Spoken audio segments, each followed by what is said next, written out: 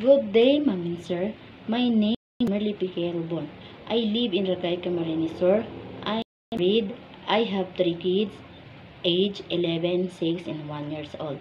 I am 38 years old. I am high school graduate. My experience as a helper in the Philippines in one employer since 2015 January until 2018, and a domestic helper in Kuwait for 2 years and 2 months since September 2020 to December 2022.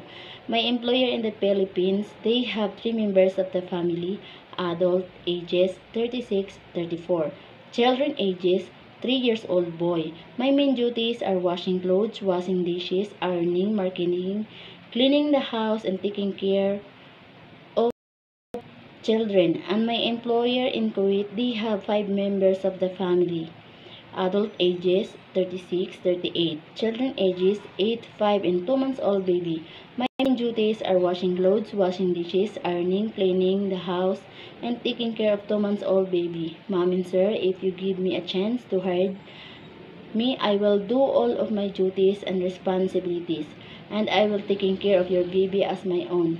Madam and sir, I am trustworthy and I'm kind. Thank you. Thank you and God bless.